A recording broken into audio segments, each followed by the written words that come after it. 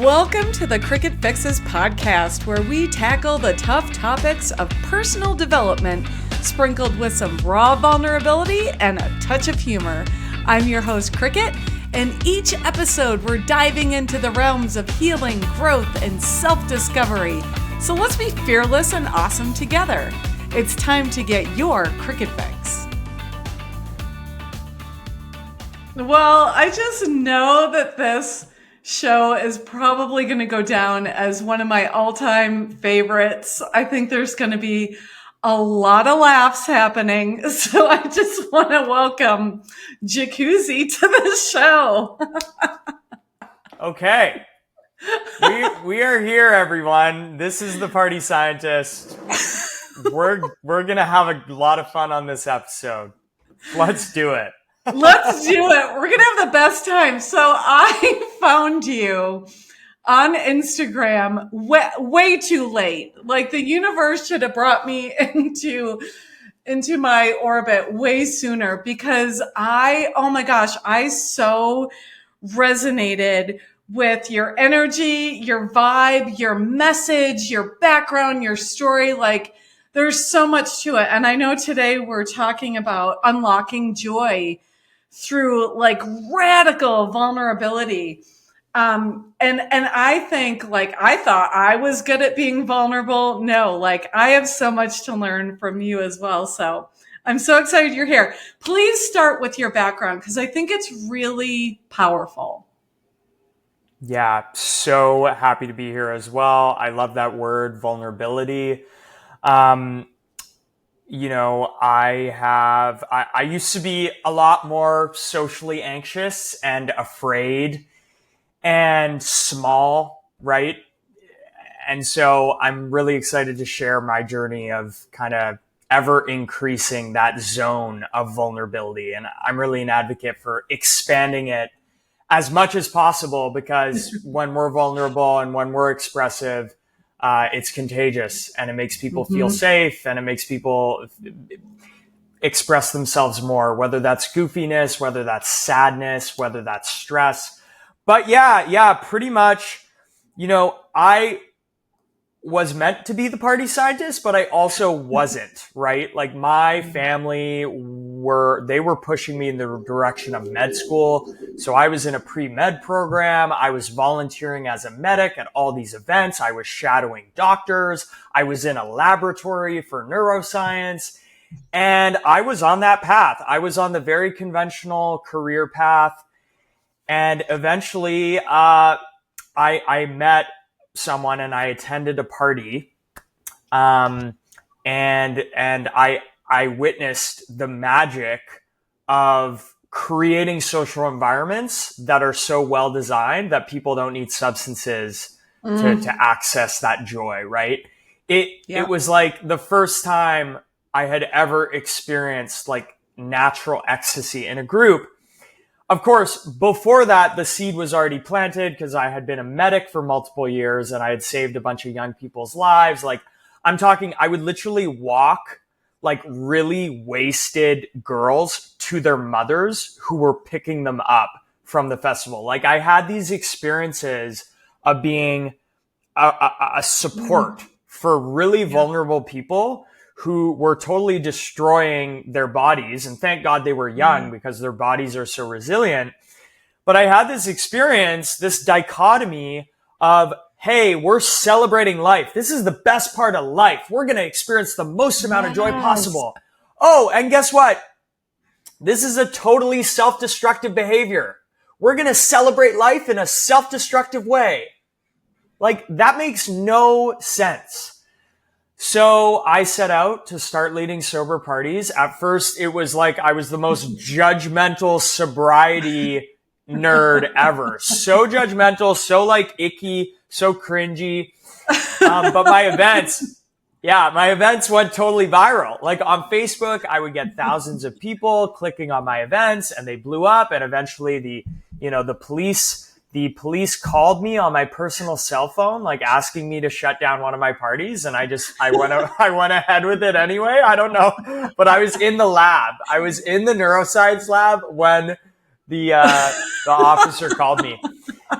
So I led all these sober parties, but truly the most important thing here is how do we prevent disease with the antidepressant of joy, with the Yeah. antidepressant of movement, like dancing, human contact, eye contact, hugging, laughter, sweating. Like all these things are so healthy. Yeah. And, when we make it feel fun and we design it into a party, it's just like the ultimate health practice. And like, I'm a total health nerd. And so really I'm just like hiding health under the guise of fun. But it's like, Right. it's the most powerful health intervention ever. So there you go. That makes me think of, so I'm almost 2 years alcohol free, really excited about that.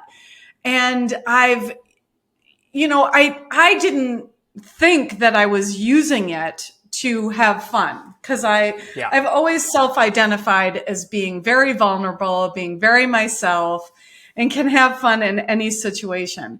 But what I really found is about 6 months into being alcohol free, I had to give myself permission in a new way to be myself, my authentic self, and really step into the whole, who gives a fuck what I look like right now?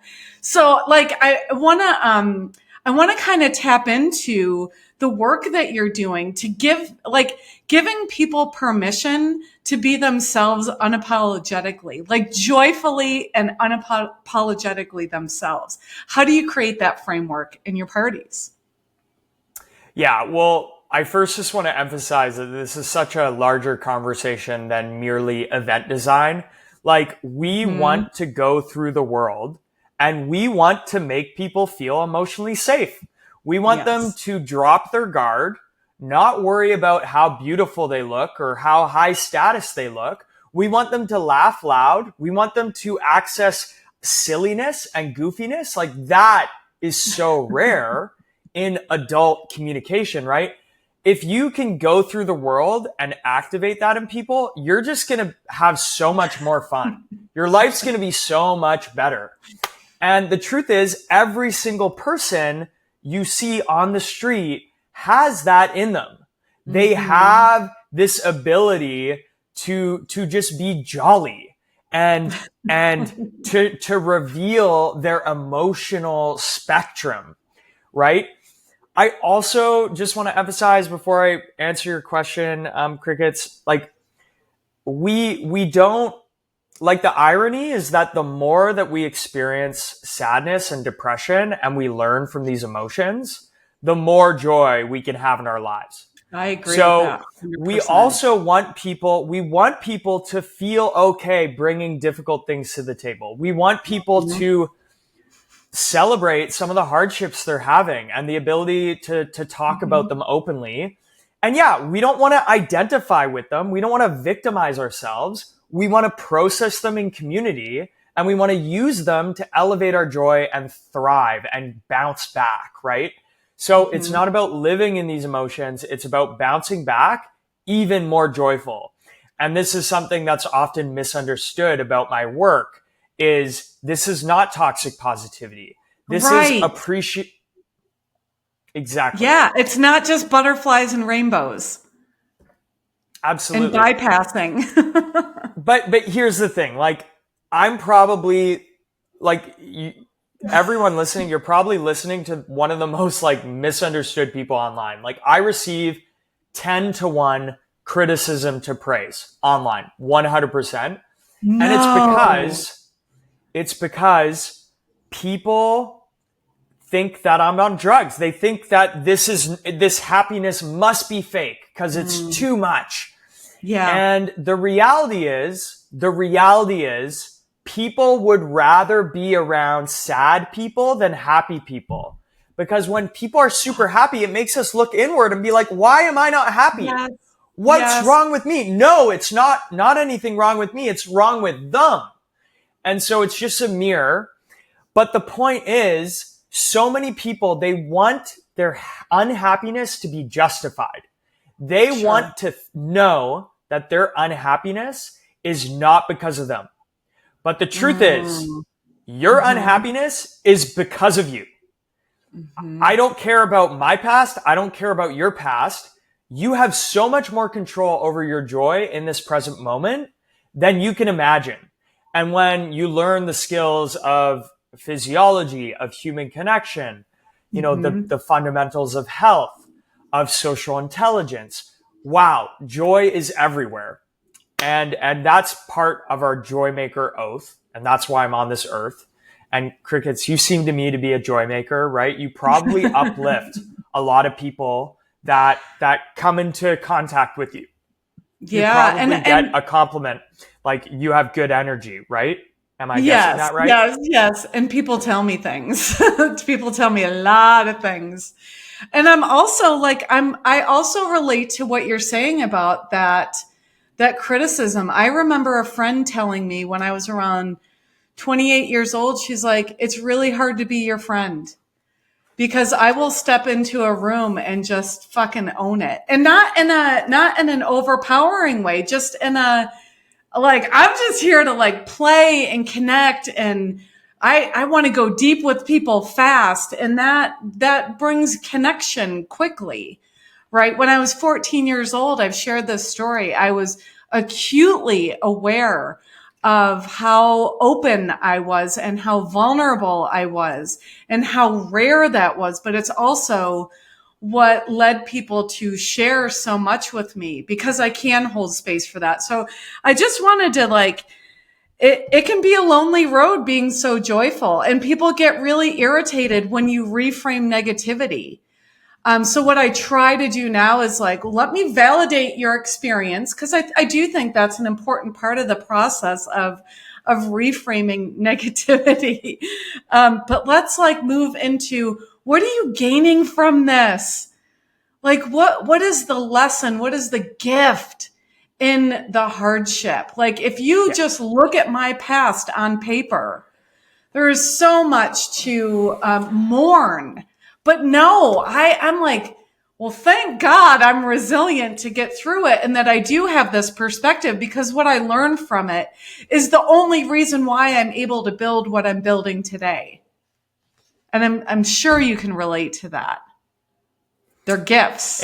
Amen to that. Absolutely. And I mean, these are just the fundamentals of choosing our perspective, right? And so often, you know, you spoke about drinking earlier, and you know, a lot of people drink on autopilot. They drink and they don't even choose to drink. It's just an autopilot decision. And very many humans, they don't choose how they view events in their lives. Right? So what are we telling ourselves, and are we actually in control of our minds? And, you know, like ultimately our relationship with our mind predicts everything. Like all escapism, you know, like there's 5 S's, right? There's 5 kind of dysfunctional forms of joy, and they all start with S. Give them to us. Substances, sugar and salt. Screens, stuff, and the last one, it might upset a few people here, is sights, right? This idea that you need to go somewhere to find joy. You need to travel. You need to be on top of a mountain. You need to be in the Grand Canyon. You need to be on a boat. Like these sources of joy are just like, they're just so external, and they're less reliant on skills. So the opposite is skills. Okay, so develop skills. Develop skills. How do you develop skills? You make mistakes and you reflect on those mistakes and you get better over time, right? And so you know, the perspective piece is really important. The relationship we have with our mind is really important. And that's really like the first step. Like you can have a war inside your head and you can still get joy by saying hello to people on the side of the street and practicing some of these joy maker interventions, right? Going out in the world, giving some high fives, complimenting people's outfits, you know, complimenting someone's dog. You don't have to make it deep at all. This can elevate your joy, but if you have a war inside your head, you're going to escape to one of those 5 S's. Substances, screens, salt and sugar, right? Screens. If you have a war, and this is not my expertise. Like, my expertise is in social intelligence and group facilitation. That's my expertise. It used to be just group facilitation because I was socially an idiot. Let's just be real. I still fuck up so much, people. Like, okay. So I'm continuing my rant here. I hope that's okay, Christa. So you mentioned the gift piece. I want to actually read. I want to read my latest post that I just made today. So I had a family member send me a really hurtful message recently, but I translated it into a gift. And so let me read this to you. And it's really good content. This is like radical vulnerability right here. Yeah, absolutely. And I'll just say, Christa, we all have different experiences with vulnerability. And like, for me, you know, I've received so much online criticism that I'm like an alien, like, because it's been such a gift, right? But anyway, let me read this to you, okay? I blocked a family member. After ditching my pharmacology medical career, this person has always been judgmental, always making subtle remarks about how I should get a real job. It hurts. It really does. But it's been the greatest gift. It's taught me to develop will. A will to pursue my impact, my passion, my path, regardless of approval. When you're trying to shift social norms, anticipate being hurt. When you speak honestly, anticipate being hurt. When you call out this self-destructive culture we live in, causing people to binge on substances, sugar, fat, screens, and stuff, anticipate being hurt. People assume that party scientist guy, he's had an easy life. He's this, he's that. But no, I've had my struggles. I just choose joy. I practice joy.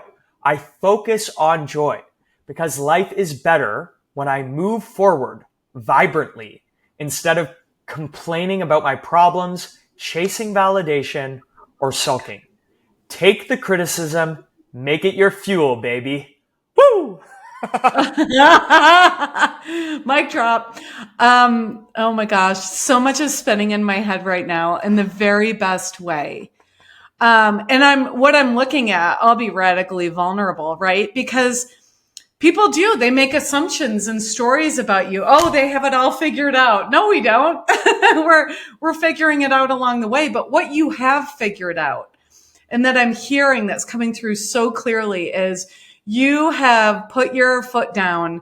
You have put the stake in the ground saying, I choose joy. Like, no matter what, I choose joy. And one thing that, so this last week, like, I'm not super into astrology, but this full moon in Taurus shit was like legit. I was like, holy shit, what the fuck is going on? And what was wild is if these things had happened to me 3 years ago, I would have been like, I can't handle this. Like, this is too much. Like, why is this? Like, what the fuck, universe? Like, God, what source, divine? Like, it's too much. And because of all this idea of reframing, right? And finding the gifts in everything. And really, okay, let me lean into the astrology and what is it trying to do? Let me go to the masters. And it was a very big clearing. It was like the universe and astrology said, no more. Like, these things have to go, literally have to go. You can't make this shit up. One of my very, very, very closest friends removed me from their life in the most abrupt, shocking, stunning, mind-boggling way. And again, 3 years ago, I would have been devastated. I would have been internalizing it. I would have been like, what about me? Yeah. What did I do? Taking way too much responsibility. And yes, I am grieving it. And I want to send this message because I do feel grief. I do feel pain. but I process it so much more quickly. Yeah. And then I'm able to move into what is the gift, and then the integration to then take that into my life's work, right? And your life's work, like you were saying. But I literally am looking at it now like this is a really sad event, but this was nothing that I did.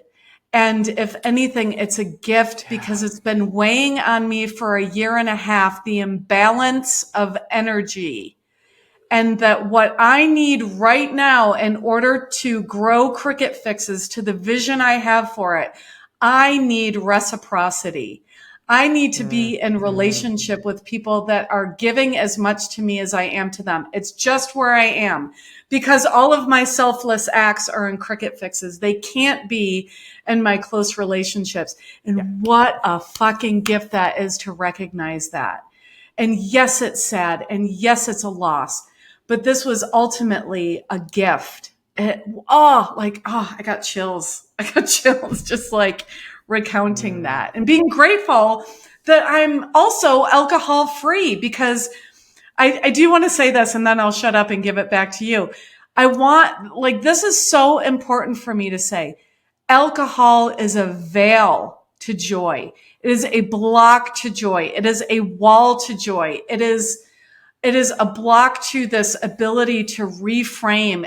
It's a block to the ability, even if the day after, you're still in that fog, you're still in that, I can't connect. And for me, I say this without any shame. I understand clearly my abuse with alcohol, but what it was robbing me in connection is astounding. Now that I'm nearly 2 years out of it, it is astounding. So I want to kind of bring it back to this, your work with bringing joy to people outside of like how you started the conversation. People are going to a festival with the intention of experiencing the ultimate connection and joy when they're actually preventing that from happening. Okay, that's enough out of me for a minute. well, I know you want to.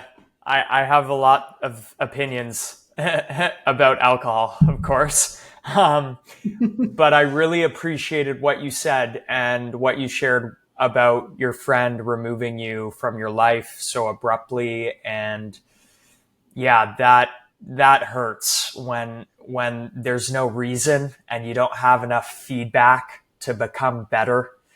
It really sucks. And what I'm hearing from you is that it caused you to refocus on a bigger impact that you can have.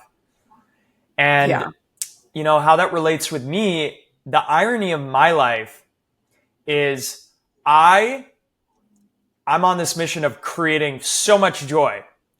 And sometimes I have to put my boundaries up and say, hey, I can't be your friend and I don't want to spend time with you because you're draining me.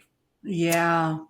And I've hurt people and I use AI now. I keep it really professional because people cannot handle it. People cannot handle me saying, hey, I'm on a larger mission and I don't have the bandwidth to caretake for you and help you get to a better place. Like, I think the number one predictor of someone's joy is merely the amount of behaviors surrounding them that support joy. Meaning, do your people around you practice consistent behaviors that elevate joy, right? Do they sleep well? Do they eat well? Do they exercise? Do they go dancing? Do they socialize? Do they journal? Like all these practices, these are behaviors. There's no belief. It all just works. It's evidence. And I'm like, I'm the party scientist and I'm serious about science and I want predictable results. And so I call this intervention, PPP, your positive peer pod. You want Yeah. peers. You don't want people who are struggling beneath you. Yes, you can help those people, but you don't want them in your inner circle holding you back. You want to help those people professionally, or you want to help them get the professional help they need. But Right. people are so people pleasing. We're so afraid of putting our boundaries up, and rightfully so, because you'll hurt people. But guess what? You're going to have a greater impact if you put up boundaries and you tell people, I'm sorry, I don't have the bandwidth to be your friend because it's draining me and it's preventing me from giving my joy to everyone else around me and like sparking joy in the world. Yeah. So that's one piece of it. And like, I advocate for inclusive exclusivity. That's like my whole philosophy. And it applies to events. It also applies to the positive peer pod. You don't want victims in your positive peer pod. If you have victims in your positive peer pod, no one is going to want to express joy. It's not inclusive to have a negative person in a positive peer pod, because then no one feels safe to express themselves. Yeah. So we're stuck up on this inclusivity norm, and the radical inclusivity, what it's creating is it's actually harming the emotional safety in our communities and in our friend groups. And so, like, be less inclusive, but be very intentional about it. Yeah. And that's going to help you invest in the relationships that fill your cup so that you can go out into the world and you can make people's day and you can be fully present. Yeah.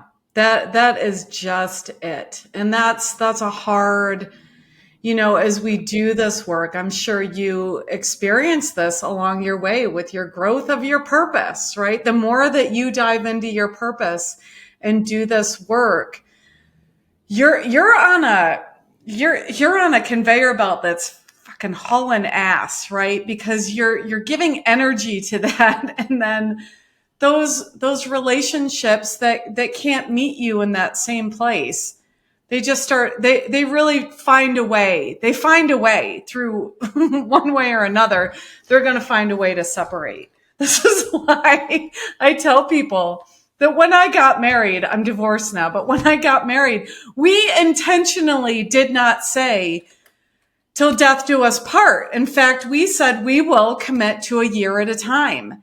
And I'm so glad that we had the wisdom way back then to say, no, if we aren't growing together, I don't want to be a part of this. So I think that was another, like, if I'm talking about radical vulnerability, I've always had this perception of impermanence in relationship, because I'm so people don't keep up with you.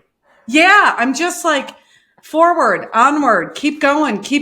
Like it's and again, it's not spiritual bypassing, it's not grief bypassing, but I just tend to process it faster. And when it comes back around, I don't ignore it. I'm like, all right, let's go. Let's grieve. You want to grieve?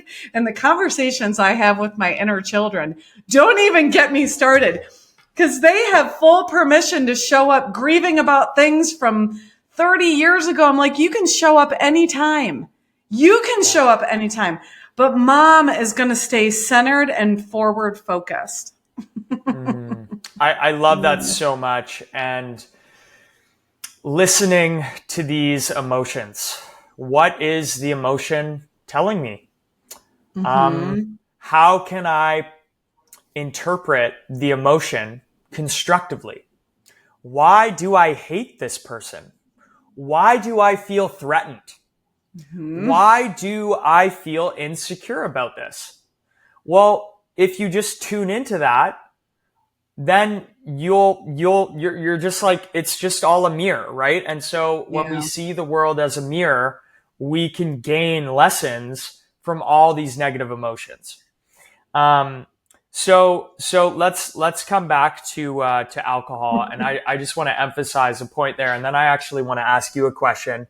Ooh. But pretty much like, we live in a world that tells you to eat joy, to consume joy on a screen, to find joy through poisons like alcohol and marijuana.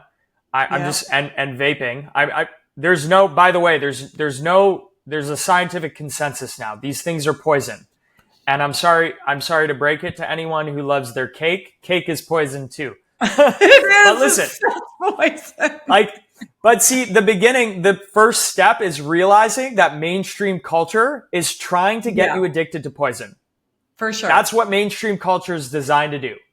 Right. So basically the long-term approach to joy, and not just joy, but joyfulness. How do you become a joyful person?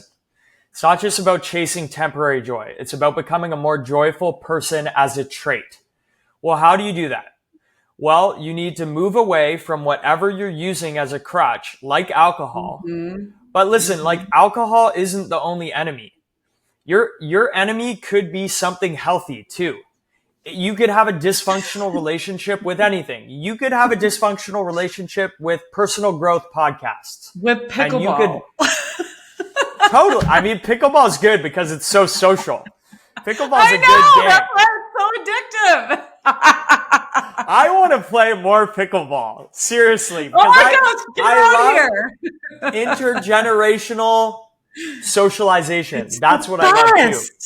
Yeah. It's the best. So okay. I'll just wrap this up. So essentially the long-term approach to becoming more joyful is focusing on skills instead of circumstances. Yeah. And absolutely money matters. Absolutely, if you hate your job, that matters. But what the research shows us consistently is that our circumstances is like 10 to 20% of our happiness. Most of our happiness, like 30 to 40% is genetic. And then the rest is like in our control. Mm-hmm. And it's our attitude and how much positive social encounters we have in our lives. Yeah. And so if social intelligence is the greatest multiplier of happiness that I know, because if you can get a mood boost from everyone you encounter and you can become a social person. And I know what all the introverts are thinking. Not me. I like to be alone. I like to hang out with my dog. I hate to break it to all the introverts, and I hate to break it to you, Christa, but the randomized control trials show that when introverts socialize more, they become happier. And so this isn't just extroverts, introvert bullshit. This is human species. This is hardwired into us. Yeah. And so social intelligence is the ultimate skill amplifier for joy. And the more that we reflect on our social encounters, like tomorrow, I'm going to go on a walk and I'm going to reflect. You know what I'm going to reflect on? I'm going to reflect on how opinionated my tone was during this podcast. I'm learning to speak like a little less intensely and more playfully. So I'm going to journal tomorrow. And I bet you, I'm going to point out that I was a little too like arrogant during this podcast. But, I don't think so at all. I'm working Not at on all. Do it. Okay. So the question that I have for you, and this is a question I try to ask everyone that I meet. Okay. And it is, what lesson has had the biggest impact on your joy? Okay, I need you to repeat that for me. What lesson has had the biggest impact on your joy? Oh, shit. There's two things. There's two things that come to mind. Yeah, see, this is what happens when everyone asks, well, what's the number one thing? There's always two or three things that come up. So I'm gonna be arrogant and share both. The first is my mother was diagnosed severely bipolar 1 when I was just 6 months old. So I lived in pure chaos. But this woman was one of the most beautiful souls that ever walked the earth. And she did something that really fucking made me crazy as a kid and a teenager, because it felt very invalidating to my needs. And this is what she would do. I would say, Mom, so-and-so is doing this. Like, they did this to me, right? Like, real hurtful things. And she would always say, well, honey, and I always knew what was coming.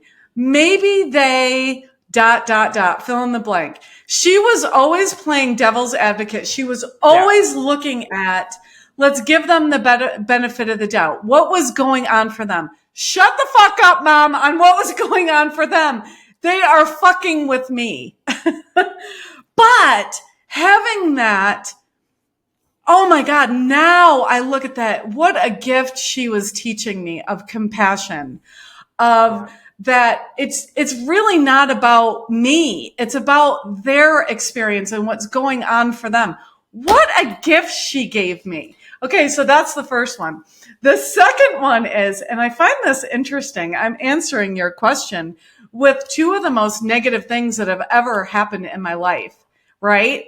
These are the fucking gifts, people. This is where it comes from. So, when I get really excited, I curse even more. So there we have it. But I was in a relationship where I was with a narcissist, and I had never experienced that before. And I had never experienced it was during that relationship that I was finally diagnosed with complex PTSD. So I'd also never realized the level of dysregulation and dissociation that I would experience than I did with this person. But holy shit, coming out of that, we're talking about radical vulnerability. In episode 10 of my podcast, I talk about taking radical responsibility for everything that happens in your life. I brought that relationship in to dig up, churn up from the very bottom of my internal ocean, all of my unhealed trauma. He was mirroring all of my unhealed trauma from my past. And so when I could look at it that way, and then I just like deep dove into psychedelics, into EMDR, somatic healing, all my complex PTSD, giving up alcohol. Are you kidding me? That was the number one catalyst for being like talk about arrogance. I'm fucking awesome now. I am awesome. I am unapologetically awesome. And so, and that came from, like, those things came from the darkest times of my life. So not to say that they weren't hard and I had to grieve, but what gifts they were. Did I answer your question? No, absolutely. And I just want to build off. You said they came from the darkest moments of your life, and what came to mind there. And I'm so grateful to hear that you've explored all these alternative modalities like psychedelic therapy.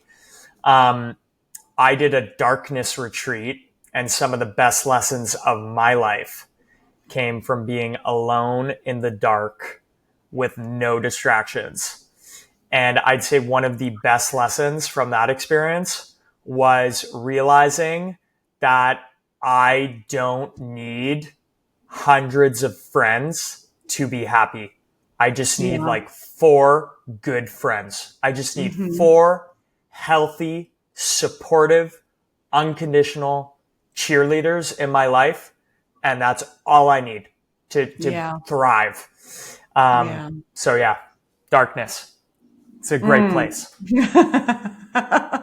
Well, and talk about the skill, right? And the things, the 5 S's that pull us out of being within, and that darkness, and being alone. I mean, you're literally cutting off sight, right? You're literally cutting it off so that you can access your truth, your high self, your inner knowing, all that wants to come out, all that wants to be heard, all that wants to be shared with the world when you cut those things out.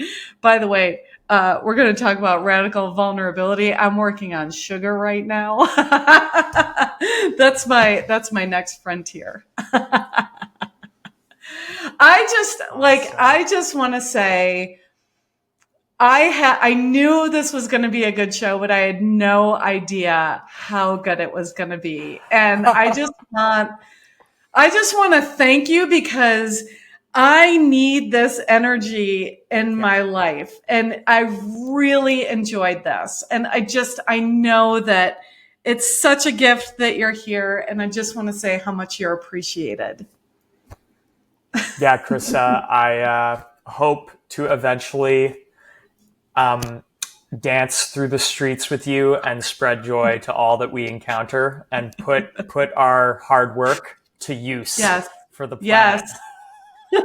Well, you're definitely going to come to my retreat center once that opens up. Oh, but I think oh yeah, for sure. We're going to have joy retreats. Oh, we're going to just dance and sing.